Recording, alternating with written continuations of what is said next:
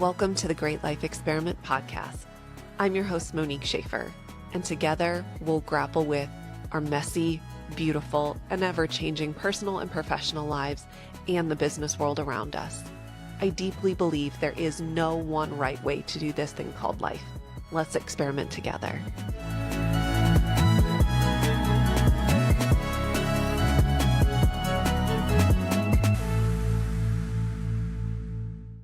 As a quick reminder, friends, please note that this podcast is an independent production and the information presented here and views expressed here reflect my personal opinion and do not reflect the views or positions of any organization or company that I'm affiliated with. Enjoy the episode. Thank you for joining me today. And pretty soon you're going to be heading towards San Francisco. I hear that you are hosting a workshop in San Francisco, July 14th. Yes, doing an executive workshop invite only, and doing a couple of fireside quasi keynote Ask Me Anything sessions in the city before a lovely trip up the coast to Mendocino with my family, and then another trip to New York City to do more of the same. And I think LA and San Francisco and New York are on the agenda a couple more times this year too. So it's been a busy travel period, to say the least. I'm really getting my Marriott points in. Yes, gotta love those Marriott points. Well, for folks that don't know you, they may have seen you on the Lenny podcast. I know many of our listeners follow the Lenny podcast as well. But Jacob is the agent for execs. If you are in the tech space, you've definitely heard of Jacob. Right now, other industries as well. But he is known as the $1 billion man. That's kind of a big moniker that you have. Do you want to talk about why you have that and why you are known as that agent for execs and negotiation? So that number came from, it's really the business model that I have and how I've been compensated over the last decade plus. And what we really care most about is measuring the lift between the initial offer that somebody will receive. So say base, bonus, total compensation, whatever that looks like. We measure the lift between what the company initially offers you to where we end up when the deal is signed. And that delta right there, that's what we call the lift, that is well over $1 billion. In fact, in the last, maybe we'll get into this a little bit later, but in the last 8 weeks or so, that number alone is 50 million from initial offer to closing. And I'm specifically measuring the year one lift. So $1 billion is $1 billion more per year for the clients that I've worked with that now compounds as their value increases in the market. So yeah, funny. It would be interesting if $1 billion man meant that I was a billionaire. That would be kind of cool. Don't know if I will be there. So I don't want that to come across. Wow, $1 billion man. How come he lives where he lives and does what he does? How come I don't know him on the Forbes list? No, it's not quite like that. It's the money I've made other people, not necessarily myself. And you represent, right, top Fortune 500 leaders, unicorn founders, Hollywood A-list celebrities and agents, elite athletes. And that's a pretty wide-ranging and impressive group of people. I'm so glad that you're here today because people listening are being like, I am not a Fortune 500 leader, or maybe you are. I'm not an A-list celebrity. Why are we talking to Jacob? What can I learn? This is rarefied space. I find that so many people, whether it is comp negotiation or just advocacy for themselves, really struggle and almost have resistance to the word negotiate. And I've heard you say that you almost want to be the person that teaches negotiation without using the word negotiation. Talk to me about that. What do you run into with the word negotiation? Yeah, so this is a sort of relatively new development that I'm working on right now, and I've been talking to with some folks in my inner circle. But I have found that one, thank you for the A-list celebrity and Fortune 500 and all that. It sounds really nice on paper and it makes for great credentials and those types of things. But what I've always found is that the principles of what we work on together is very agnostic when it comes to industry, when it comes to The principles that I would use to help somebody go from $10 an hour to $15 an hour, the same principles that we would use to move a deal from $10 million to $20 million. So Mhm. just different altitudes of the same principles repeated. What I've liked about this is that it really helps meet you with where you are. The principles meet you Mhm. where you are and can make a big compounding impact in your life and in your community. Now, the challenge is, as you mentioned, there's resistance to the word negotiation. Negotiation almost creates this, oh, I'm negotiating now. Stand up tall and straight, be assertive, be more of a shark. Let me go get me mine. Let me focus on, advocating for my worth, but making sure they're not underpaying me. It almost creates this adversarial frame right off the bat.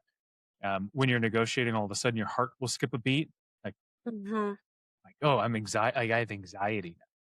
That gives you Mhm. more tunnel vision. Like from a behavioral psychology standpoint, it almost like reduces blood flow like across the board. Like you're in a different fight or flight type mood, which is not conducive to the type of environment that creates success for everyone around you.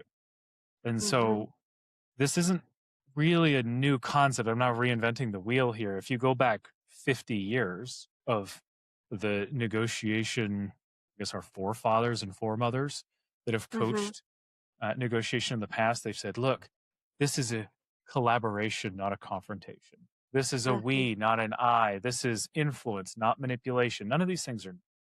This is Mhm. getting to yes. This is win-win negotiating. This is Mhm. us doing that.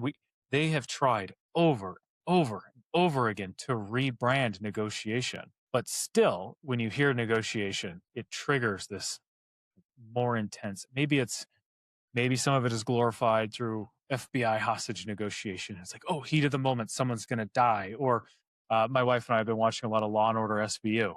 Those those negotiations are very like, oh, this is life or death, Yeah, high and it stakes. triggers a life or death type of response, even when it's just asking your boss to pay you market Mhm. rate. And so it almost shuts off the mindset that we're looking for. And so I have experienced this through my own business where initially I had worked with managers and directors, and those directors became VPs and senior VPs and EVPs and AVPs and C suite and so on. And I have worked with them and met them at the level every step of their career and learned through that growth trajectory.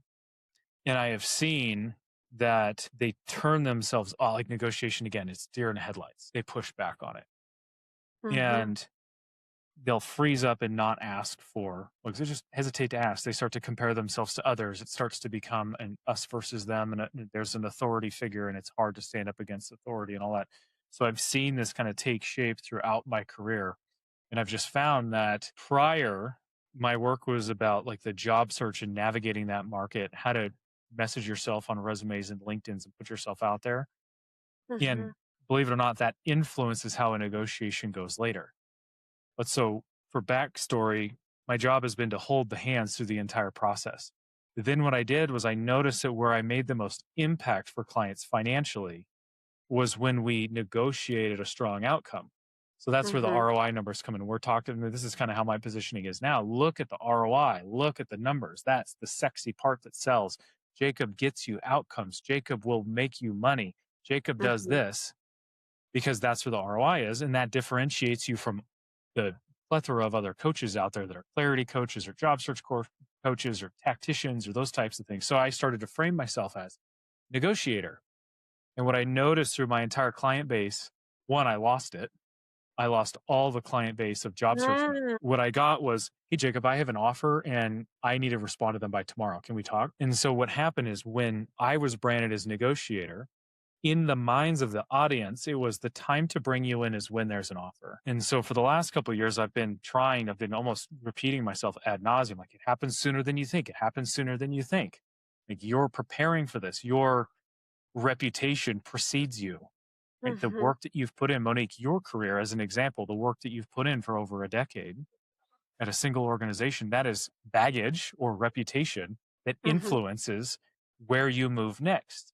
And so we want to be mindful of the language we use and how we've positioned ourselves through all of that so that you can prepare yourself for a stronger negotiation next. But so what happened is people started coming at the end point, and I have less ability to impact that outcome because we're in the 11th hour and mistakes were already made. The Mm, incorrect language was used, or you shared a number too quickly. Oh, I think I want this. Or you hedged your language, hedging like I think, I believe, or maybe, like all of this passive language that devalues you in the process so mhm, subtly creates a reputation of hesitancy and almost not the leadership characteristics that they're looking for that demand top compensation. And so the work that mhm, you've done leading into that is no longer something I can touch. But if I position to do all that work, now I'm a job search coach or a communications coach, and they don't see the mhm, ROI impact in that. So that mhm, they come together to do all of that. So now my challenge is how do I work in such a way that people know to contact me for high stakes moments where their positioning matters most? Is that when somebody's about to go on a podcast, how do they message correctly? Is it when somebody goes into a high stakes interview or they're entering a situation where their current employer wants to keep them, but another employer is trying to pull them away? Is that the high mhm, stakes moment? Is it a performance review at the 6 month mark? Or is it a stock refresh conversation? Or is it a severance agreement? Is it, what is mhm, it? And in those moments, it might be 2 or 3 phone calls to prepare for the right messaging for that. But that doesn't really exist in the space from what I've gathered. Like, what coach would you go to for that? Or what advisor? Who do you turn to? We often turn to our friends, of which our friends say, Monique, you're so valuable. We love you. Or your husband, Monique, you're great. Just make sure you bring in this amount of money. Like, it's mhm, helpful, but it's not necessarily objective, and it's not necessarily informed from an expert position of thousands and thousands of iterations of someone doing this. And so I've struggled with negotiation, almost shortchanging what I do, even though the outcomes look so sexy.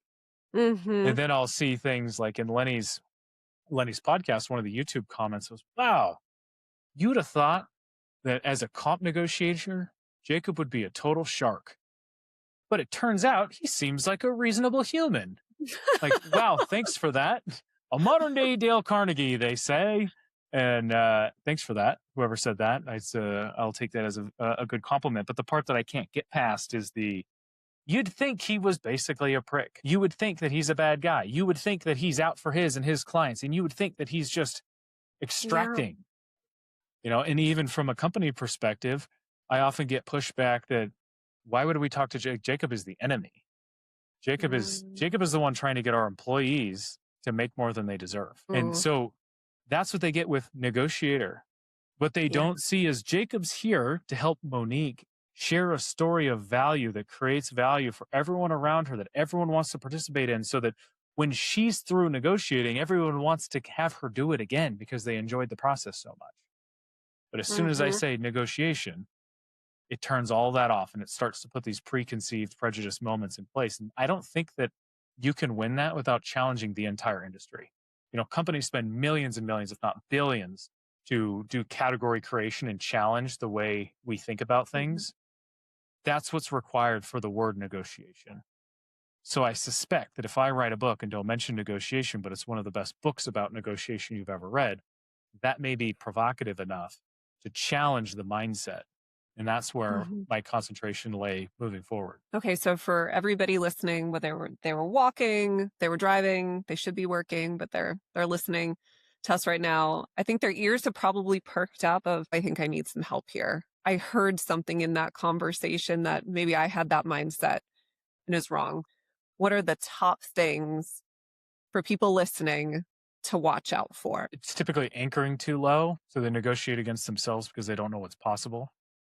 What should they So do this could instead? be, it's better to anchor higher than you think you need than at what you think you need, simply because most people want to split the difference and Mhm, will meet you halfway. Splitting the difference is lazy negotiating for what it's worth. I think Chris Voss proved that point with his book too. Never split the difference. And I'm really happy that he used that subject line too, because it's so easy to remember. mhm, And you'll catch yourself when somebody splits the difference right in the middle, you didn't find the ceiling. So for sake of mm, discussion, let's say the offer's 50 and you want 100 and they come back at 75. You didn't win. Right? You mm, split the difference. Like if you said 120, would they have come back at 80? If you said 150, would they come back at 110? Nobody knows. Right. Because so typically anchoring too low and trying to be reasonable and pragmatic without doing the research on what reasonable and pragmatic means and without understanding the true Mhm. value that you're creating means. Like some of these AI researchers I work with, and one guy got over a $20 million a year offer. Okay, pretty significant. And when you do the math, 20 compared to a billion, not that big. That's like 2%, right? Less than. It's like they're getting a 40x ROI out of that, more 50x Mhm. ROI, something like that at a minimum. Mhm. And you're like, oh, I don't know if it's too much, right? That's obviously an extreme example, but Right. they look at a lot of folks are frustrated with how much a sports star will make. Oh, Tom Brady made $150 million. Like, yeah, he sold like $800 million in jerseys or something. Like just the collective outbound of his brand, like the TB12 products, the Tampa Bay jerseys, the Tampa Bay media, the Tampa Bay licensing, the Mhm. city of Tampa Bay, the tourism, the Yeah. quarterbacks, the youthful NFL leagues following in his footsteps, the book deals. Like he has hundreds of millions of dollars, and so he made 100 million. You're going to complain about that? Like he's the best in the world at that, Mhm. right? The value It's he not brings about to what the they're market. like, well, look, technically he makes X amount per minute when he's on the field. He only was on the field for 32 minutes on average. So he made X millions per dollar, whatever. It's like they're not seeing the greater impact that that role has, Mhm. right? And so one of the traps is to do hourly pricing. Like you are punished for being good at your job on hourly pricing. The better you are at the job, you have no incentive to do better. Like there are Mm. situations where I've made more than $50,000 an hour because of the outcome based pricing. Because in just a couple of hours, I made a client $2 million more a year and I took 10% of that. Mhm. So, like deposit plus 10% plus the impact that was had. Yeah. Should I get punished for having made somebody $2 million in 4 hours? Should you pay me $250 an hour like a normal coach? So for $1,000, I made you 2 million more a year. I've made that mistake so many times in my career where I was $1,000 an hour and I've made someone 1 million more a year. That is not the same thing, especially because it compounds for them and it's one time for me kind of thing. So commodity thinking, not thinking value based, not thinking about what's in it for the other person, thinking about their motivations. This takes more time to learn about. So a common thing I share is haste equals risk. The faster you try to go through a negotiation, the more risk you open yourself up to. You want Mm. to slow down and ask more questions and understand what's in it for you. What are you trying to accomplish? How do we make sure we're aligned here? You have to lead with a lot of curiosity. What you don't lead with is demands. Well, traditionally I made $20 an hour, so I kind of want 25. Let me ask for 28. That's not negotiating. That's just sticking your finger in your mouth and getting a wind read and saying, I think that's going to fly. Like you're not finding the ceiling, you're just putting something out there. Now, the reason I mentioned anchor higher, it's actually very difficult to find studies on this, but I read a book that was written in like the 70s, I think. And it was about negotiating games. And Mhm. they put like a bunch of researchers in a room. I can't remember how many, so try not to quote me on this. It was like 200 or so folks with, I don't know how they tested this, but it was equal power in equal situation. They all had equal circumstances. And those that negotiated the most aggressively, meaning that they anchored the highest, won like Mhm. 77% more than those that tried to be reasonable. It Mhm. had nothing to do really with the power. It was all like the same, they were all negotiating under the same circumstances, but the ones that just went higher got more because the other people tried to meet them and tried to make that happen. Yeah. Maybe let's dig into that for a second. I have had lots of conversations, and particularly with other women, but maybe men experience it too, and they just don't say it to me. Of there's this real balance, particularly when you're not negotiating the initial job offer, but you're already at a company. You've been doing good work. You're trying to get a promotion, increase, right? You feel like you're increasing your value. But there's this real tension of, well, the company has natural cycles, talent cycles that they go through. These are the bands that they have. There's only so much we can do. And a feeling of the balance between standing up for yourself and positioning the value that you're bringing, but the tension between aggressive and assertive and standing up for that. I feel a lot of conversations when you unpack it of, I feel like I have to be reasonable. I don't want to seem unreasonable, right? Trying to see the company's position, their manager's position.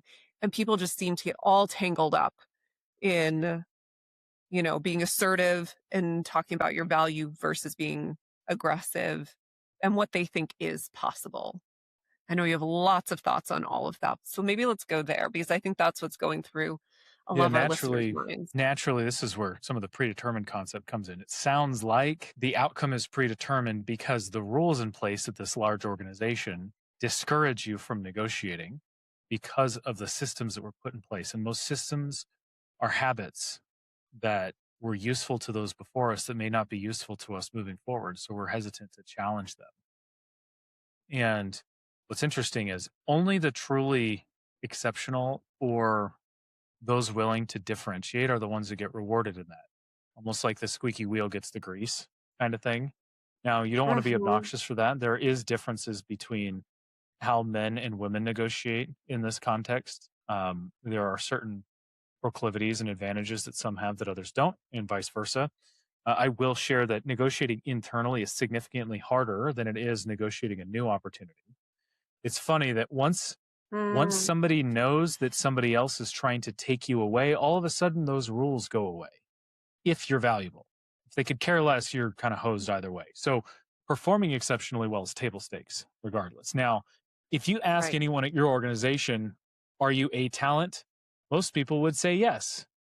Therefore, somebody's got to be lying, right? We all think we're great. Mm. And that's just very subjective thinking in the scheme of things. Mhm. And I'm not saying that if you are C talent in this organization, you're not A talent somewhere else.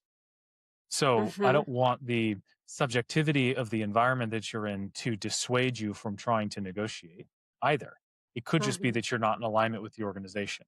The biggest challenge with negotiating internally is that you've already given the company the greatest weapon against you, which is they know how much you'll accept. They already know how much you'll accept. But when another company comes and says, Monique, I will give you 800,000 a year, Mhm. well, maybe it's double, maybe it's not. Maybe I'll give you 1,000,005. And you go to your boss and say, look, like, what would you do in my shoes? Like, they're offering me 1,000,005. They go, we can't lose you. All of a sudden, let's talk about a promotion. Let's talk about changing this. Let's talk about changing that. Let's open up Mhm. opportunities for you. Let's, whatever. All of a sudden, when there's pressure that you may leave, then you end up in a more leveraged position. Mhm. Now, just saying, I think that I'm worth this, that's not data. That's very subjective. Mhm. Data in a market is when somebody else is willing to pay something. Then that starts to create a market. So when there's several Mhm. people that's why it's best to continue interviewing and to continue having conversations, even if you're happy where you're at, just to get the market intel, just to hear Yeah. like where people are challenging you so you can learn and you can polish your story. This is something I've done thousands and thousands and thousands of times for my clients, which is why I understand this positioning doesn't work here. That does. This doesn't. This is the culture fit one. This is how to manage this and so Mhm. on. And so unless you've, I don't want to say paid your dues, but you've gone through the work and the habit and the discipline of just trying and failing over Mhm. and over and over again, you don't know how to change the position on the fly to increase your value through that. That's Mhm. where I can be valuable in some context. But even then, I'm constantly moving different industries, and the bar is different Yes. in different organizations. Like AI scientist type bar is different than a bar at a Oracle executive, for example. Like Mhm. OpenAI is moving exceptionally fast. Oracle's moving pretty slow by our standards, as an example, Mhm. right? A deal in Hollywood in Los Angeles is much more aggressive and cutthroat than a deal in San Francisco versus a deal in Mhm. Denver. So there's cultural changes.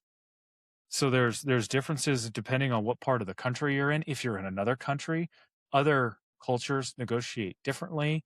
There's so many different types of nuances that until you have the pattern recognition, you're sort of behind the eight ball there. So it is very Mhm. difficult internally to advocate for yourself. So the trick is, how do I find the part where I'm differentiated? What is Mhm. different about me? And how do I lean into that difference? Essentially, when everybody's zigging, I know I need to zag. So when everybody's accepting the rules, I need to find a way to change them. And Mhm. that's really what the predetermined mindset is. If you think your career is predetermined, you're right. If you think it's not, you're right. It puts you in a different Mhm. mindset. If you're one to accept all these rules, you will be boundaried in by those rules. Those rules become your ceiling. Mhm. If you think those rules can be changed, Now, and I don't know if they can. At a lot of Mhm. organizations, depending on your level, depending on your seniority, like, there's a lot of reasons why they can't be changed for you. But if you Mhm. think that there's even a slight possibility that they can, at least you're in the mindset to look for that possibility and ask questions to Yeah. find that possibility. I need you in that mindset to even know if it's possible. And Yeah. what we find is that by starting that exploration process, you start to find areas where negotiation is possible or where you Yeah. can make life improvements. And then it kind of gets addictive because now you start to see all these rules and you're like, are they really rules or are they just rules for others? Mhm. And you realize that the person above you, some of us don't respect our bosses. You're like, they're following those rules. They also created those rules. And then sometimes they create the rules and then follow their own rules, knowing that they're the person that can change them. And that's where it gets really strange for me. It's like if you Mhm. influence the person who made the rules, you could change the rules in your favor. Maybe that's an Yeah. incredibly privileged thing to say, but I've noticed that I've been shot down 99% of the time too. Every once in a while, you find a path and then you acknowledge that in your mind, like, oh, that was a path that worked for me before. Let me try that again. And then all of a sudden, you start to create more success for those around you too. Yeah. What I hear you saying and coming through is not a list of one-liners or tactics to use in every situation, but your style and what you really encourage your clients and people listening, to try on is coming from that place of curiosity and not so attached to the outcome, but seeing what is possible and seeing could there be, I've heard you say, is there any more that we could do? Challenging what else is possible and Yeah, asking I questions. mean, I do have one-liners. So I have plenty of one-liners in. This is a little bit more difficult when speaking to a wider audience and when working individually with somebody. But one Mhm. example is, wow, this is a great deal. It sounds like we'll have, you know, success together. Sounds like we'll work well together. What's the chance we could take another look at this and make it better for both of us? Mm. Who's going to say Mhm. no to that? Like, what are we missing? Maybe we turn over the stones one more time. Yeah. Or I was in Business Insider the other day, and they quoted me as like the one thing that will give somebody 20% lift on their deals is simply just saying, "What's the chance there's more?" I didn't even negotiate a number. It's like somebody gave me an offer and said, "What's the chance there's a little more here?" Oftentimes, the other person will just give you 20% right off that without changing it, because especially Americans are afraid of confrontation and they give in relatively easily. Coincidentally, this is better to be said in person or in a video call, not in written form. So you're more likely to get your way when you're talking to somebody face to face Mhm. than when you're talking behind email. And so I was also quoted in a Business Insider article, and one of the pieces of advice was negotiate more through email, which I would never recommend. I was almost Mm. frustrated that I was alongside that advice in the article because, Mhm. sure, it's non confrontational, but the reality is when I'm hiding behind a computer, I can dismiss you without seeing the look in your eyes of dismissal. I can Mhm. ignore you. I can ghost you. You also can't control how I receive that correspondence. Mhm. So if you send me an email or even a text and I'm at the airport and I'm busy and I'm like frustrated and my kid's screaming and one kid's got throw up on him and I'm like taking my shoes off because for whatever reason I still have to do that when others don't, whatever. I'm just like in an upset mood and was road raged on the way there. And I read like Monique's text about what's the chance there's more money here. I'm like, gosh, she just wants more money. Get out of here. I'm frustrated.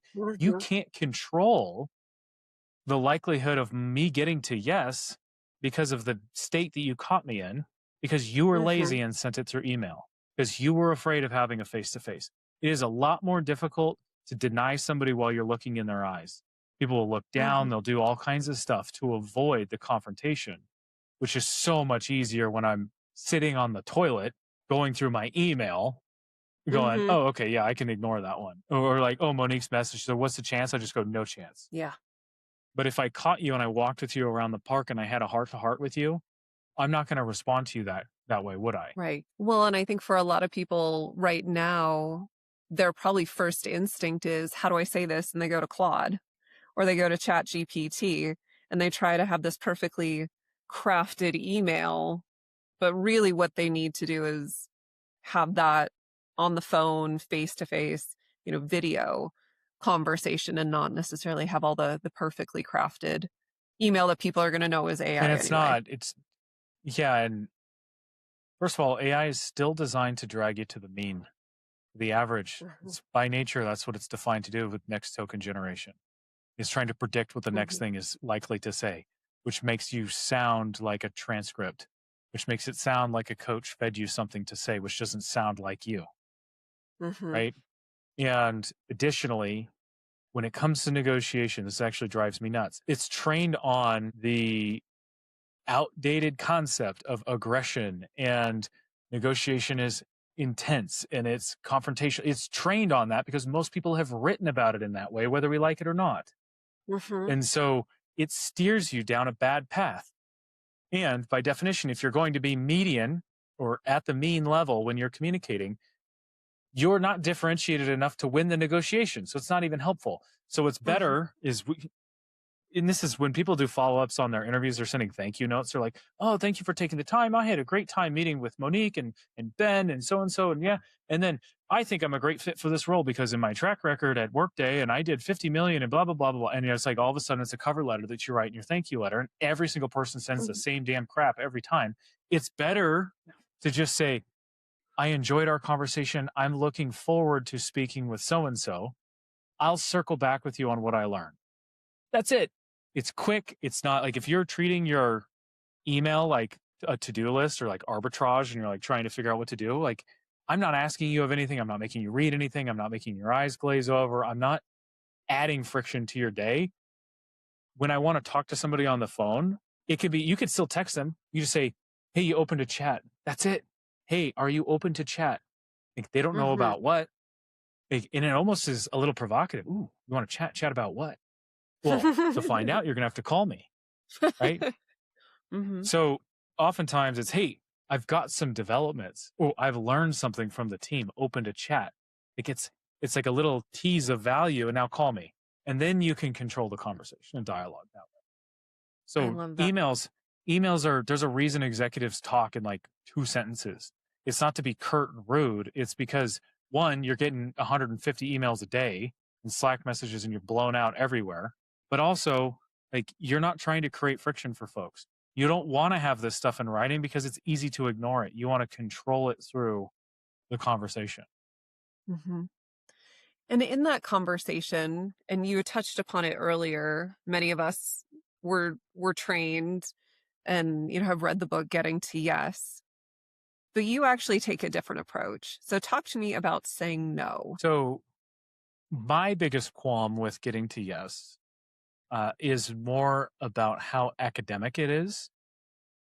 And this is not dismissive of Yuri and the team that wrote that book in any sense. Like it is academically sound. It is correct Mhm. by definition. Uh, Getting to yes and thinking mutually and all that is important. Now, I do think that I have a controversial take on win-win that we can get Mm, to, but generally speaking, the problem I have with that is that it becomes very academic. And when you're in the heat of a negotiation, or when you finally realize it's a negotiation, now you're thinking about what's my BATNA and what's my ZOPA and what's my, all of a sudden there's these uh, more academic terms like BATNA, best alternative to negotiated agreement. Like that is the correct way to think about it. Like, what are my options? But now yeah. you're thinking in terms of like, what's the right flow here? What's the right, like, what is my zone of possible agreement? What is my zone of, like, it is almost both limiting and structurally difficult if you're not an intellectual. Like, it's like if you geek out on the academia side of it, you'll do great with that. Right. But not Mhm. everybody is like that. Right. That will turn some folks off and it almost like triggers more anxiety because there's a specific Harvard way of doing things that I should be following. And I don't remember all of the acronyms and therefore I'm not being curious, which is what it boils down to in some capacities there. Mhm. Regarding no, like no is, I mean, people have written about this. This isn't unique to me by any means, but no is really when the negotiation starts. When you anchor too high and they say, yeah, Monique, no, then that's when you start to say like, okay, well, what brings us to yes? Like, I want to be clear. I do want to work with you. Maybe I swung a little too far. What does success look like? What does a good partnership deal look like for you? Now we're Mhm. negotiating. So Yeah. that's kind of the concept there. And what I meant on win-win negotiating in the context of which I work in, which is an employer-employee relationship. And I particularly work with my average client age is probably 48, probably. Um, tend to be older executives, let's say up to 60, there's a point where you have diminishing returns financially for what you sacrifice to get that. And so what we Mm, do in a employer employee relationship is that we trade something that is constantly appreciating in value. That's our time, our energy, our mental bandwidth, like the best years of our lives. Like this mhm, is the youngest you'll ever be again, just so you know, right? mm, This is the youngest you'll ever be again. It's also the oldest you've ever been, right? But you'll never be this young again. So you're giving the best years, remaining years of your life that are constantly appreciating in value for something that is always depreciating in value. So you're trading time for money. Money mhm, depreciates when you're in your 80s or 90s or however long, God forbid, you make it. You don't necessarily want more money. You want more time. You want more of those special moments. A lot of people reminisce on their children when they were my children's age, 1 and mhm. 3, and the smiles and the love and the joy that when I walk through that door right there after this podcast, my son's going to say, "Daddy," and give me a big hug, and I'm going to take him to Home Depot and we're going to go shop, right? Mhm. Those are the moments we live for. And when you trade, especially when we get into the multi seven figure range on your compensation, those aren't 40-hour work weeks. They're not Yeah. 60-hour work weeks. They're 80 to 100-hour work weeks. They own your ass, for lack of a better word, Mhm. and you know it. And after taxes, when you're in that bracket, you're only bringing home half of it anyway. And so you're Mhm. giving up your life for something that's diminishing in value. And oftentimes, where I really mess people up is I ask them, like, what would your life look like with less? That's it. Yeah, Like, people you wouldn't don't expect you to ask necessarily that need more. They question. don't, especially the negotiator, the term of cutthroat shark negotiator who's here to get him his and get me mine and all that. Like, if you're in that mindset, I don't want to work with you. That's not what this is about, right? I am here for advocating for your worth. And I do understand that women make less than men. And I do understand how to close and beat that gap, right? I find a lot of personal Mhm. fulfillment in doing that. And I enjoy that with my clients. However, let's not joke. It's always a win lose. You're losing every single time. The only path to wealth in this country is through ownership. That's Mhm. why these companies pay you an equity to give you the illusion of some kind of ownership. And even then, it's usually not enough. By the time you know it's going to be de risked, it's too late for you to make any serious wealth on that in the first place.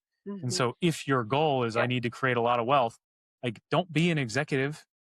Don't go do a W 2 and miss all the best years of your kids' lives or whatever, unless that's who you are and that's what you want. I know plenty of clients that don't have children and that's their focus and it is a meaningful purpose in their life. They're finding alignment with their center and their purpose. It doesn't mean you have to Mhm. work for a nonprofit necessarily. It could mean that you're doing your own little corner of good of something that you believe in and you're willing to make that trade because it's meaningful to you. But it's not Mhm. well, I'll be the janitor if they pay me $10 million a year. It's think mindfully about how you're spending the best and rest years of your life. You don't want Mhm. your career to get the best of you and your family to get the rest of you. It's a trap. And you can watch any YouTube video where they're interviewing folks in their elder years and thinking back to what they wish they had when they were our age right now in the prime of our lives, and they guarantee they don't want to trade it for more money at a Fortune 500 company. Mhm. This right here is one of the reasons why I wanted to make sure that, you know, you came on the podcast, and I so appreciate our conversations, is that yes, we start talking about business and career, but so much of what you talk about in that arena applies to mindset and other parts of our lives as well. And in the show, right, we talk about the personal and the professional and the business. And so the theme of predetermined for you goes beyond you as that top agent, negotiator, non-negotiator, right? Helping people in that space. But it has a much broader theme aspect, almost movement in your life, and that you are looking to create. So maybe for the audience, can you share a bit of your story of how you look at predetermined in your life? Because I know that there's some pretty powerful stories that you have. And, just for some folks listening, slight trigger warning with maybe some of the topics, but I think it's so powerful to understand not only how these themes work in business, but also in other parts of people's lives. Yeah. Well, thanks for the intro on that. Um, Hmm. yeah, I mean, there are when I look back at my life, there were many, many moments where I'd say miracles occurred based off Mhm. of what other people would think would happen to me. Mhm. So there's almost like society or those around us or your communities, they almost expect you to behave in a certain way. And there's almost a, if someone were to read your nutrition label, so to speak, they could tell Mm. you what your future was going to look like. And so for me, I was a child of rape and have not met my biological father. And for many, that is a very clear cut case to end that pregnancy and to end that life. Mhm. And my mom chose to keep me, which is, I'd say, a miracle in my life. Now, for those that are in that situation uh, and find themselves with the world kind of looking against them, my mom coming out of Narcotics Anonymous for heroin addiction and having a child from rape and all that, like, well, that story's written. That's going to be Mm. either jumping from man to man or relapsing into addiction, or that kid's going to end up a dirtbag or white trash or, whatever. Like there are many, many things that's already written. And there were many miracles. Like I had a stepdad married my mom when she was 7 months pregnant with me with at 20 years old. It's like my mom was pregnant with another man's baby from a sexual Mhm. assault and another man married that woman. When I was 20, I mean, let's be honest, when I was 30, I still couldn't do my laundry, let alone Mhm. marry a woman pregnant with another man's child and then raise that Mhm. child as my own. So I'd say that is a miracle and by all intents and purposes. Um, now I did get the blessing of having two parents through several years of my life.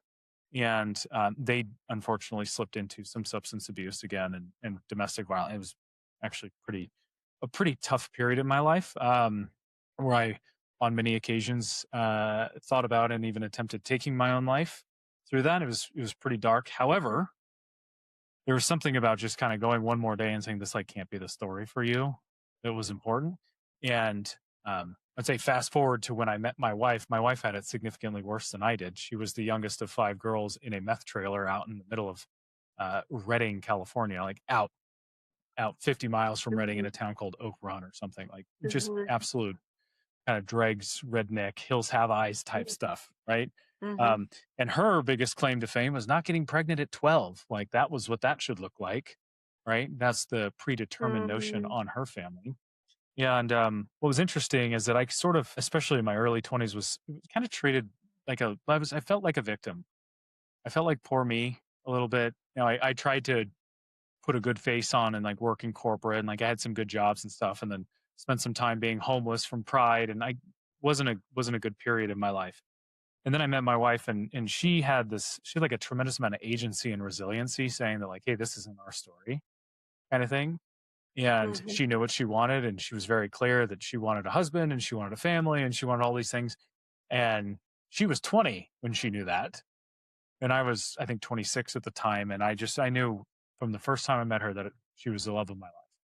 And Mm. from there, like it changed the way I started looking at things. And she was really the first person to believe in me, like really ever.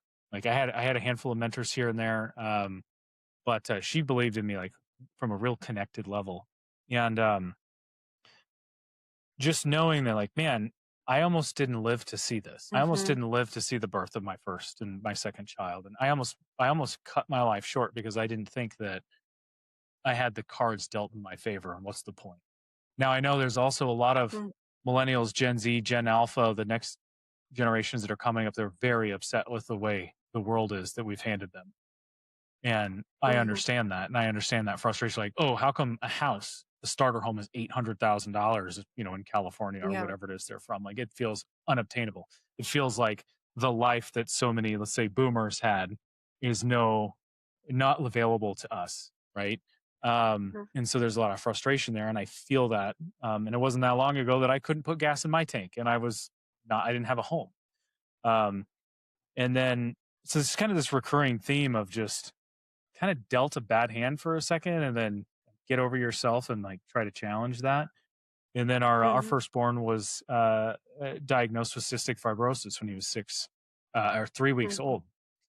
And for those that don't know, cystic fibrosis, or maybe you do know about what it used to be like, your life expectancy might be like 7, 10 years old kind of thing. 10 years ago, that was a death sentence. And now there are some gene modulators out that may mean that he doesn't experience symptoms in his life. So, had the timing just been a little differently, maybe we could have been victims in that moment. And we were certainly for a while. Mhm. Trust me, there was some cursing at the Lord and some frustrations, but Yeah.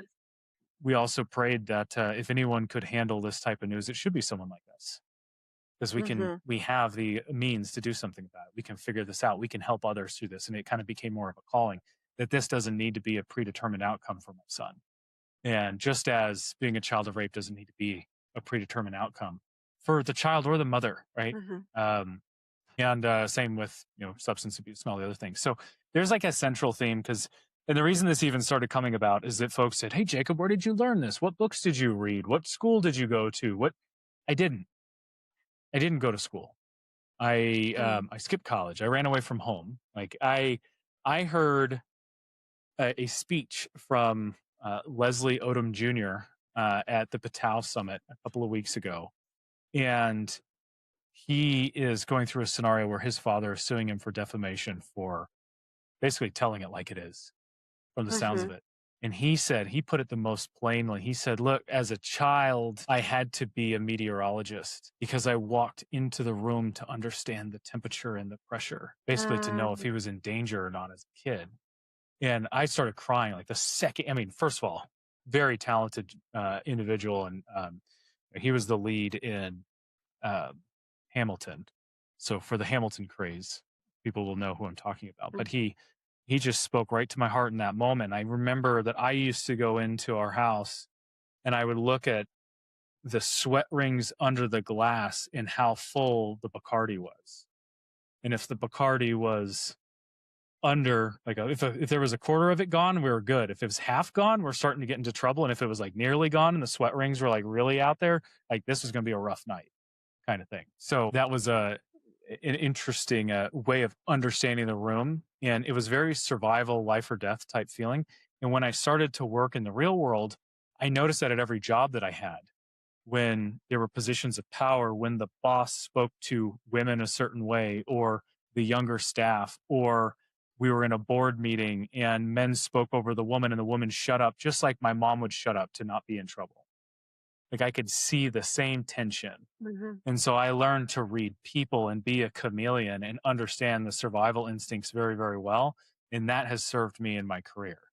And so it came more from baked into the bread versus learned through it was like earned through necessity, but not learned by choice necessarily. Thank you first for sharing that. I think it's so powerful for people to hear and, reflect in moments of their own life of where they have overcome something or used the difficulty or moved past it and still created that they had choice and how their life was going to turn out, whether it was their relationships with their dad or, women in their life, past relationships, not letting those dictate relationships in the future, how prior experiences have been, the education, the cards you were dealt, right?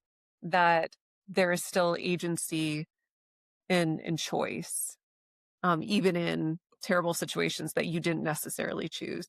I always go I, to you know, it might not be your fault what has happened, but this level of like, you still have responsibility to keep living your life and making the most of it.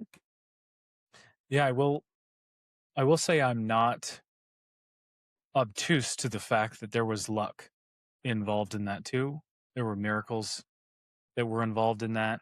I could count Mhm. the number of miracles in the moments they happened, and it felt that way in the moment too. And when you're in like a dark depression through all that, you don't see the chance for miracle anymore. And oftentimes, sometimes you're just a day away from hearing something, maybe even just scrolling YouTube or doom scrolling Instagram or something when you're stuck in this like dark depression. Something will speak to you and snap you out of it. And you never know if that's going to be in the next hour or tomorrow or next week or whatever. So you have to keep putting one foot in front of the other to find that, because it could just be that that miracle's just around the corner, and it's worth it to look for it because there's a lot of value. And then, and it's, I treat that in negotiation too. Like when you're stuck struggling internally at a company, you're waiting for the one advocate who actually sees you for who you are, and you're aligning with that person, and that person helps you align with others, and they start advocating for you. And all of a sudden you have the groundswell to change your career, right? It's finding the means to keep going and looking for that opportunity to blossom when you see it. And so I think pretty strongly about that quite a bit because there was a lot of luck. Like for example, I was still born in California.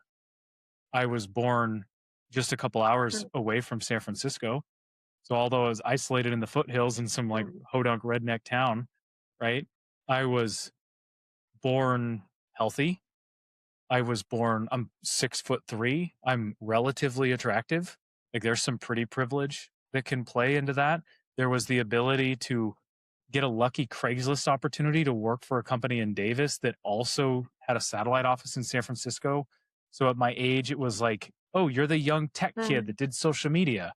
It's like that was lucky. Social media was taking off at that time. I didn't choose a dying industry. I chose a tech industry in the heart of tech in San Francisco. Like, lucky, lucky, lucky, lucky. Like there were many things that went right for me. I'm not trying to say that I just pulled myself up from my bootstraps and figured it out, or that my wife slapped me around a little bit and said, "Hey, get your head out of your ass. You need to be a big boy now," kind of thing. Although there's plenty of that, believe Yeah. me.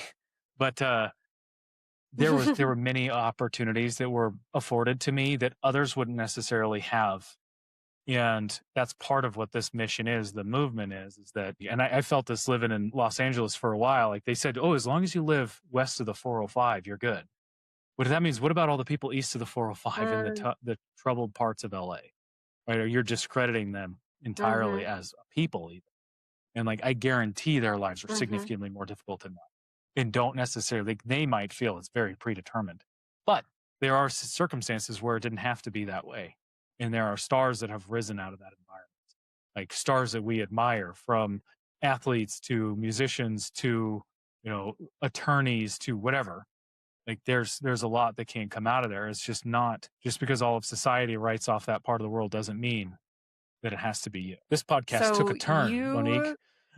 you I'm hey, we go deep, we keep it real, but it's such a part of you, but it's not about you. And I think that somebody listening to the podcast or seeing, a clip of this, maybe this is something that they needed to be reminded for of themselves, whether it's negotiation in business, and that's okay. That is really valid because it is often how you're thinking about providing for your family or other aspects of your life. I know there's a lot people can take away from this. You, my friends, are not on social media. So I can't do the traditional, find Jacob on LinkedIn or TikTok or Instagram, but you do exist on the internet. You are a great writer. So if people Thank want you. to follow your thoughts, where can they find you? So I have predetermined.com. So predetermined.com is the home of the Substack publication. And I write once a week on Thursdays and occasionally send I'll do an Ask Me Anything coaching session once a month and things like that. But essentially, all of my content is for free. It's ungated. There is a paid tier. If you like what I do, you're welcome to volunteer and contribute, almost like a Patreon type model. Other than that, everything's free. Mhm. We have a free job search course on there. And yeah, right, once a week. And I think we're up to a little over 70 publications now. I'll share some podcasts that we're on. I'll probably share this podcast on there too. And then you and I can work on positioning that. And yeah, that's it. There's technically a YouTube channel, but you can find that through Predetermined. And then I have a other website, thinkwarwick.com, but you can't even scroll on it. It just takes you to the newsletter, to my calendar. Thank you, Jacob, so much. Thank you for this hour and for sharing your story and for all this wisdom. Absolutely. Thanks so much for having me.